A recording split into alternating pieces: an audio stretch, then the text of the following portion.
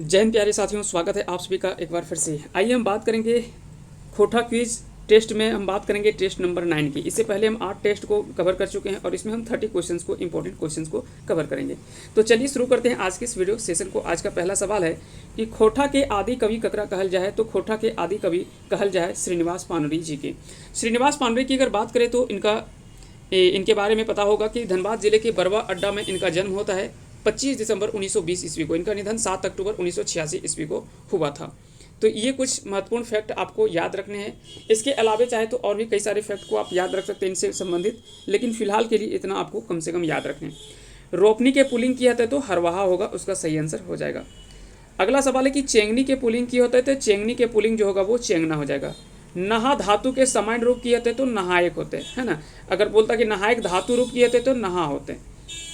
झगड़ा करे वाला की कहल जाए तो झगड़ा करे वाला के की कहल जाए तो झगराहा कहल जाए, जबकि झगड़ा करे वाली के की कहल जाए तो झगराही, है ना। झगराहा झगराही। तो चलिए आगे चलते हैं। नीचू लिखल शब्द में संख्यावाचक विशेषण के है। तो आधा, पहला, दो, यहाँ पे क्या किए, सभी जो है वो संख्यावाचक विशेषण ही है।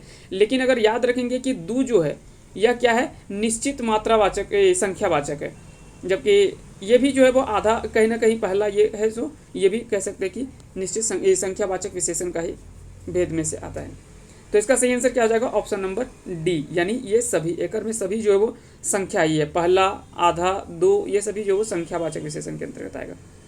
झारखंड रत्न से सम्मान एकड़ में ककरा करल मिलल है। तो झारखंड रत्न सम्मान, तो झारखंड रत्न सम्मान से सम्मानित किया गया है गीता वर्मा। तो गीता वर्मा, इनके बारे में आपको जरूर याद रखना है। यहाँ से भी कई बार सवाल जो वो पूछा गया है कि इनमें से किसे जो है वो खोटा रत्न सम्मान से सम्मानित किया गया। तो गीता वर्मा को किस क्षेत्र में, तो सामाजिक क्षेत्र के रूप में इनको दिया गया है।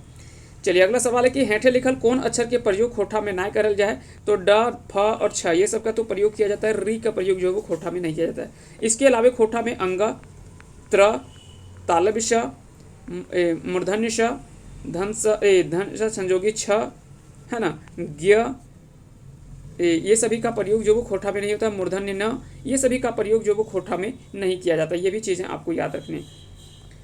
व्यक्तिवाचक संज्ञा के है। तो इसमें अगर बात करें तो रामगढ़, जमुनिया नदी और बिरसा मुंडा, ये तीनों जो है वो, तो इसका सही आंसर हो जाता यानी उपयुक्त तो सभी। ठीक है, ऑप्शन में थोड़ा सा यहाँ पे गलत दिया हुआ था, तो इसका सही आंसर हो जाएगा सभी, यानी उपयुक्त सभी। राधो महतो एगो शिक्षक हो, एकड़ में पूरक की है। तो देखिए अगर किसी भी शब्द में किसी भी सेंटेंस में अगर आपको पूरक पूछा जाए तो आप देखिए कि किसके बिना सेंटेंस जो वो अधूरा बिल्कुल लगेगा, पूरा हो ही नहीं सकता। तो जैसे अगर बोले कि राधो महतो एगो हटा दे, तो चलिए एगो हटा दे, तो राधो महतो शिक्षक हो, ये तो थोड़ा बहुत ठीक लग रहा है। उसके अलावा अगर बात करें शिक्षक को अगर हम हटा दें, तो अगर यहाँ बोल रहा है राधो महतो एगो हो, एगो हो, अब क्या हो नहीं पता है, तो यहाँ पे शिक्षक जो है वो क्या है, पूरक शब्द के रूप में आएगा। यहाँ पे पूरक है, तो याद रखेंगे इसका सही आंसर क्या हो जाएगा, सी हो जाएगा। कलम से की रूपे, कलम से की रूपे है। तो कलम से जिसके साथ से लगा हो ये कारक के रूप में बताता है। और हमने पहले बोला जिसके साथ ने होगा वो कर्ता कर्ता होगा। जिसके साथ को के ये रहेगा, कार रहेगा, तो ये बोलेंगे कर्म, कर्म कारक आएगा। जिसके साथ से लगा हो तो वो होगा करण कारक। लेकिन कई बार सवाल पूछा जाता है कि तो अपादान में भी तो से होता है। तो अपादान में होता है, लेकिन वहाँ पे अलगाव की स्थिति होता है। जैसे पेड़ से फल गिरल, तो पेड़ से फल गिरना ये क्या होता है कि पेड़ एक दूसरे से अलगा हो रहा है। उस पर्वत मान लेते हैं कि अगर कहीं पूछा जाए कि इस पर्वत से इस नदी निकल रही है, ये पर्वत से यहाँ से नदी निकल रही है, तो ये दोनों से अलगाव की स्थिति हो तो वैसे में हम अपादान बोलते हैं, नहीं तो करण कारक के अंतर्गत आता है। तो इसका सही आंसर हो जाएगा करण कारक। नीचू लिखल कौनटा भाववाचक संज्ञा है। तो सनसनी, ढरनच और दुलार, ये सभी जो वो क्या है, भाववाचक संज्ञा के अंतर्गत आता है, जिससे हमें प्यार, दुलार, ईर्ष्या, मोह, माया, ये सभी चीज़ें जो भी हमको आता है भावनात्मक रूप से, जो वो सभी भाववाचक संज्ञा के अंतर्गत कहलाता है। सुंदरता ईश्वर एक देन हवो है। तो एकड़ में भाववाचक संज्ञा क्या होगा, भाववाचक संज्ञा यहाँ पे पूछा जा रहा है ना। तो यहाँ पे अगर बात करें तो सुंदरता होगा, जो कि भाववाचक संज्ञा के अंतर्गत आएगा। ठीक है, तो इसका सही आंसर क्या हो जाएगा, सुंदरता। एकड़ में पुरुषवाचक सर्वनाम कौन है। तो हम, तोय, उ, तो ये सभी जो वो पुरुषवाचक संज्ञा ही है। ठीक है, सॉरी पुरुषवाचक सर्वनाम ही है। लेकिन हम अगर बोले तो यह उत्तम पुरुष है, तोय जो है वो मध्यम पुरुष है, ये क्या है, मध्यम पुरुष है, ये क्या है, उत्तम पुरुष है, और उ जो है वो क्या है, ये अन्य पुरुष है।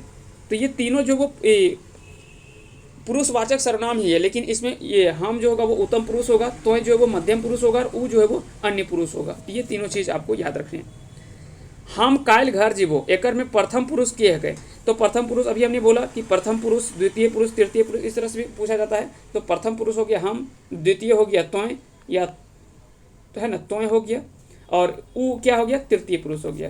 तो इसको हम बोलते हैं प्रथम पुरुष या उत्तम पुरुष, ये मध्यम पुरुष, और ये हो गया अन्य पुरुष। चलिए आगे चलते हैं। अगला सवाल, हम आपने कर लेवे, एकर में निजवाचक सर्वनाम क्या है? तो आपने, आपने जहाँ भी लगा हो, हाँ खुदे, ये सब जहाँ पे आता है वो निजवाचक सर्वनाम के अंतर्गत कहलाता है। रमुआ बड़ी पातर गिदर हो, एकर में गुणवाचक क्या है? तो उसकी गुण क्या है? वो पातर है, यही उसकी गुण है। तो ठीक है, इसका से वो चालाक है, तो वो भी उसका गुण था। वो बदमाश है, तो उसका गुण हुआ। गुण अवगुण जो भी है अब, लेकिन गुणवाचक में आपको ये रखना है ना। कते की है, तो कते क्या है? एक मात्रा बता रहा है ना। ये हालांकि जो है वो अनिश्चित मात्रा बता रहा है, कोई फिक्स हमको नहीं पता चल रहा है, लेकिन फिर भी ये मात्रावाचक ही विशेषण के अंतर्गत आएगा। लेकिन अगर बोलता 2 kg, 2 kg, तो क्या है कि हमको फिक्स मात्रा तो पता चल रहा है यहाँ पे भी, लेकिन ये निश्चित है। लेकिन कते है ना, कते, थोड़े, कटी सुन, ज़्यादा, ढेरी, तो ये सब क्या है कि ये सब जो होगा वो अनिश्चित मात्रावाचक होगा, यानी कोई निश्चित नहीं है कितना है सो। ठीक है, चलिए आगे चलते हैं। अगला सवाल है, पानी जुड़ायल हो, एकर में विशेषण के है? तो पानी जुड़ायल हो, यहाँ पे जुड़ायल जो है ठंडा, ये क्या है? इसकी विशेषता है। हेठे लिखल में संबोधन कारक के है? तो हे, रे, अरे, ये सभी इस तरह से कुछ आपने चिन्ह देखा होगा, ये सभी जो वो संबोधन कारक के अंतर्गत आता है। तो ये इसका सही आंसर हो जाएगा ऑप्शन नंबर डी।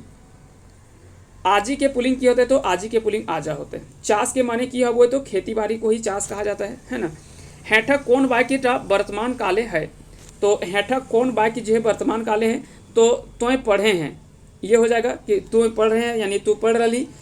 वो पढ़ता है, ये तो भविष्य काल की बात कर रहा है। मोहन पढ़ लो, यानी ये भूतकाल की बात कर रहा है, यानी पढ़ लिया, वो काम कंप्लीट हो गया। तो जो कार्य कंप्लीट हो गया वो भूतवाचक होगा, जो कार्य अभी चल रहा है वो वर्तमान काल हुआ, और जो कार्य होने वाला है, होने का चांसेस है, वो क्या होता है? भविष्य काल, भविष्य की बात कर रहा है। वो पढ़ता है, अब क्या गारंटी पढ़ेगा या नहीं पढ़ेगा। अगला सवाल है कि नेता के स्त्रीलिंग की हते? तो नेता के स्त्रीलिंग हो जाएगा नेतिन, है ना। हालांकि यहाँ पे थोड़ा सा अगर नेतायन हो जाएगा तो इसमें क्या है कि एक से अधिक हो जाएगा, है ना। बहुवचन में अगर देखेंगे तो नेतिन का हो जाएगा नेतायन, यानी बहुत सारा वहाँ पे। टाण की लगे, तो टाण जो है वो मैदान है जो सूखे, कह सकते हैं कि ऊपरी भाग के हिस्से का जो मैदान होता है उसी को टाण कहा जाता है ना। और खेत हो गया, जो निचले क्रम में जो मैदान होता है उसको खेत कहेंगे। इसमें भी और भी 2-3 तरह से सवाल जो वो पूछा जाता है। जैसे कनारी, कनारी जो बोला जाता है वो थोड़ा सा क्या है कि दोनों तरफ से ऊंचा है, और बीच में जो खेत है दोनों तरफ से ऊंचे ऊंचे मैदान है ना। दोनों तरफ से ऊंचे मैदान है, और यहाँ बीच में कुछ खेत या रास्ते जो है, इसको क्या कहा जाता है? कनारी कहा जाता है। ये आपको याद रखने। चलिए आगे चलते हैं। पुटूस फूल के लिखल है? तो पुटूस फूल लिखा गया है किसके द्वारा? तो यह गजाधर महतो के द्वारा लिखा गया है। गजाधर महतो के द्वारा। ये बता दें कि पुटूस फूल सबसे पहले है क्या? तो यह एक कहानी संग्रह है ना, कहानी गोच है, और इसको लिखा है गजाधर महतो के द्वारा। गजाधर महतो की बात करें तो इनका जन्म 11 फरवरी 1952 ईस्वी को होता है। ग्राम साहेदा, जो कि हलमाद पोस्ट है, और थाना सिल्ली रांची में इनका जन्म हुआ है। वर्तमान आवास अगर बात करें तो भुरकुंडा पतरातू, ये रामगढ़ में इनका वर्तमान आवास है। इनके पिता का नाम जगन्नाथ महतो था, जबकि माता का नाम लाखो देवी। शैक्षणिक योग्यता अगर बात करें तो एमए और पीएचडी इन्होंने 1990 में किया था, और झारखंड में खोटा से पीएचडी करने वाले ये पहले साहित्यकार के रूप में जाने जाते हैं। ये भी आपको याद रखना है।